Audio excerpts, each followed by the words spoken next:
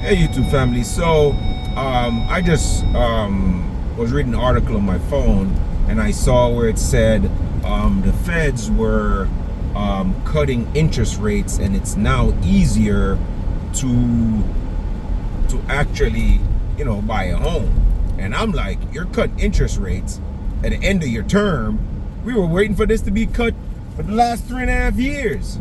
And if you guys can notice, is it just me, or when you go around now, you go to your neighborhoods, your gas stations, isn't gas prices taking a dive? All of a sudden, gas price can take a dive. Have you ever noticed anytime it comes to coming towards the end of a term for a certain party, our gas price slowly start taking a dive? They were $4 or $5 before. Now gas is $3.60, $2.80. Like, I live in Miami, and that is what's happening right now. And it's so crazy. Like, if they can do this at the end of their term, that goes to show you that they can do this during their administration. And obviously, from the way I'm talking, you can tell that I'm a Republican. Obviously that's a party of common sense, which is true. Whether you like to believe it or not, you might not agree with me. You might agree with me. Don't really care. I'm speaking facts. But tell me, if every time you can go back, do your research, always check back towards, no matter how bad a party is doing, check back to the last 4 months before their party is coming to that election, our gas prices take a plummet. And it stays there for months until they win that election or until they lose that election. And if it's a party that actually had the prices up, the prices gradually go right back up to where they were before or higher. Don't let these politicians fool you. Donald Trump made a great point, and it was so obvious to everybody that why are you waiting? Why are you waiting to do changes now that you can do right now? And they're going to say to you, oh no, she's not the president, she doesn't have the pull. Yes, she has the pull. She has the ability to go to her president and say, hey, I'm looking towards my own term in office.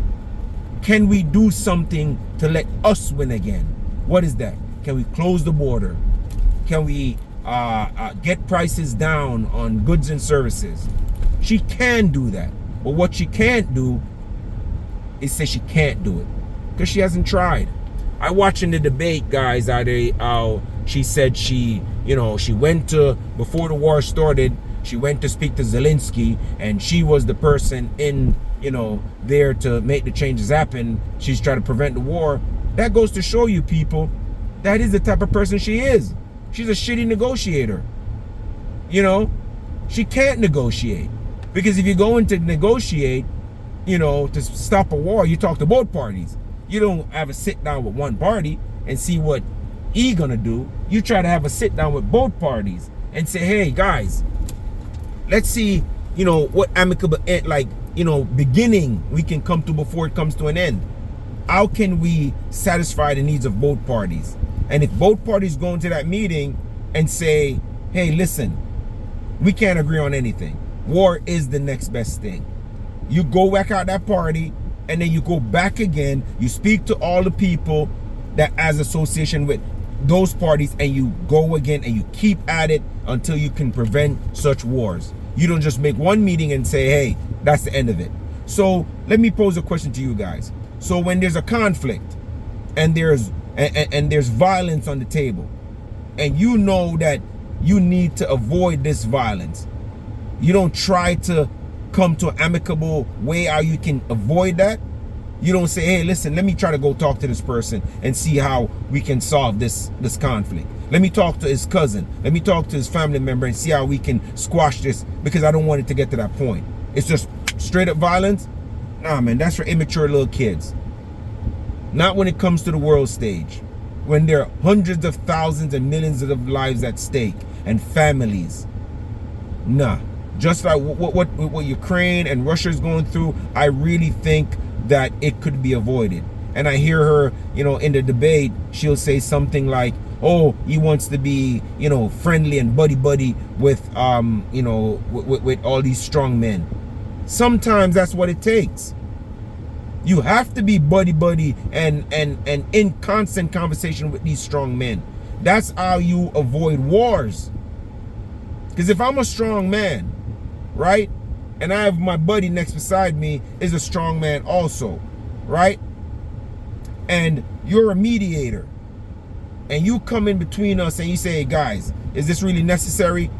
The possibility of you squashing it then is a lot greater than if you would just allow us to go at it, ego against ego. Then it's not going to work. Then we are going to try to see who has the bigger kahunas. We're not going to try to solve anything. The only time we're going to try to solve anything is when it gets to a point where it's a point of no return and we're both at a loss, which I think Ukraine and Russia is right now. They are both at a loss. They want to stop. I know they want to stop because they can't afford it. Ukraine knows that the Biden administration is coming to an end, and they know that, President Trump is not going to give them any more money. They're not going to get supported. You get me? Russia is losing, they're losing credibility in the eyes of the world. Once upon a time, you say the word Russia, people wouldn't even mention it because they felt like Russia, oh my God, Russia is that one place you can't mention their name because nuclear armament, and they can go, and then the war in Ukraine showed them up to be not such a powerful force. They can barely take on Ukraine, much less, Russia can't talk to the United States. They can't take us on. We're supporting Ukraine. If it wasn't for us, Ukraine couldn't even stand still. And I heard, President Trump say, you know what? These European countries, they don't care about the United States. They absolutely don't care. Talk to any European and hear what they say. Oh my God. Oh, the United States. Oh, it's nothing like Europe. Oh, we're better. Our food is better. Our water is better. Our society is better. Our medical is better. It's true, but yet still they all come here. They all want to come here. It's true. They think that they're better than the United States. So why protect them? They should pay. They absolutely should pay. They get protection from us to live their best life. While they talk, I wouldn't say European countries talk smack about us, but like I said, you talk to a lot of European people. I was married to a European, and she talked about her country as though it was paradise on earth. But she wanted to come here so bad because she talked about buying a car, and the car in her country would be 3-4 times the cost it would be here in the United States. The freedom that they have here, some of them don't have it there. You know what I mean? So I just wanted to put this video out there saying, guys, don't be fooled by the current administration. They know what they're doing. They're dropping the prices of gas. You might start slowly see the price of everything go down, simply because they want to get that vote. Don't vote on emotion. Vote on the issues. Of all the debates and the sit-downs that I've seen so far, Kamala has yet to come out with a plan to say that this is what we're going to do.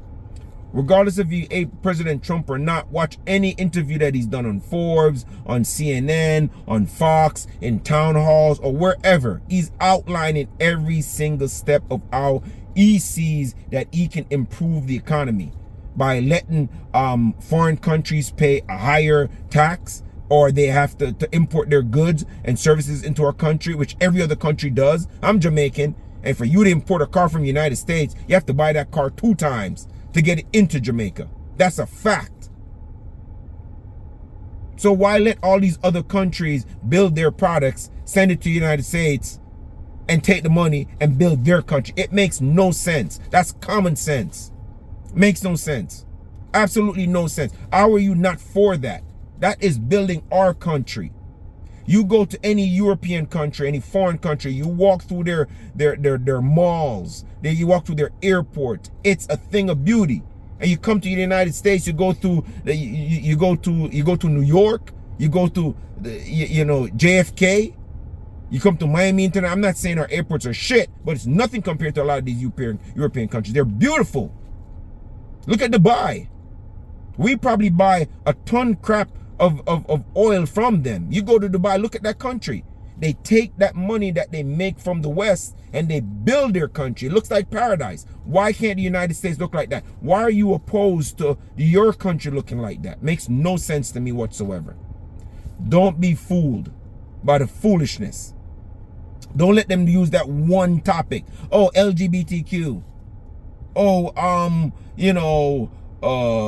women's rights. That's not the only thing that is of any importance to our country.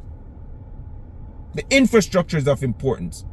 Good leadership is of importance. Lowering gas prices is of importance. Lowering the price of goods and services is of importance. Creating more jobs, and not just saying you're creating more jobs, but actually creating more jobs for Americans is of importance. Bringing back industry and revenue back into our country. Stop creating the dollar and send it in a way. When the president of China came to California the other day, they cleaned up the streets just to have him visit.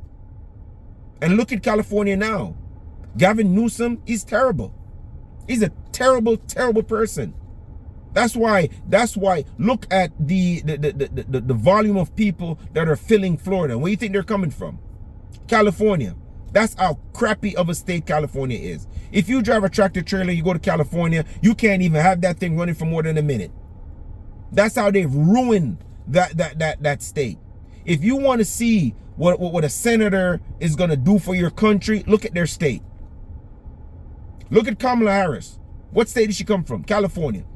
Look at her policies. Look at what the states look like. And you will see what the country is going to look like. Look at her running mate. Check his background. Check the state that he is from. And you'll see what the United States is in store for. The World Health Organization is proposing a one world government. The Republican Party is for it. He spoke about it in the Bible. Look it up. The World Health Organization is proposing a one world government. They're proposing that the United States fall under them and they have total control. If there's a epidemic breakout, if there's some kind of war, they make the decision. And all that is going to do is have a snowball effect. Before you know it, they take over. One world government. It's in effect now. Who's for it? Biden and Kamala administration. They are actually for it. This is not something I'm making up. This is a fact. A lot of people, they vote. They don't read, edit the news. They don't listen to any of the stuff that goes on. They only take clickbaits and bites that they see on the news that ABC tells them, and they run with, oh, Trump is a racist. But yet still, there's no evidence that Trump is a racist. If Trump was a racist, show me that one evidence beside the fact that he says, grab the pussy. Show me that evidence. If they had that evidence, it would have already been all over social media. But yet still, when they show you things that, Joe Biden said, all the little racial, anecdotes that he says all the time, nobody plays those. But yet still, we can't find one single thing to prove that President Trump is a racist. And they put they put that narrative in your head all day long, every day. They play it. Everything he says, that even if it sounds remotely racial. Oh, he's a racist. Look at what he says. Oh, why would you say that Kamala's not black? Millions of people say she's not black. She says she's Jamaican. I couldn't tell the last I've ever seen her in Jamaica. I've never seen her in Jamaica. I've never heard you ever mention anything about Jamaica. But I bet you if she wanted a Jamaican vote, she'd be Jamaican all of a sudden. I say she's not black, and I'm black. What does that make me? So we take all these things out of context and make it sound like this man is such a racist, this and that. But when back in the 80s and the 70s, when he's riding for all the black people, nobody says that. But people's eyes are opening now. Stop voting with your emotion. Vote with your mind.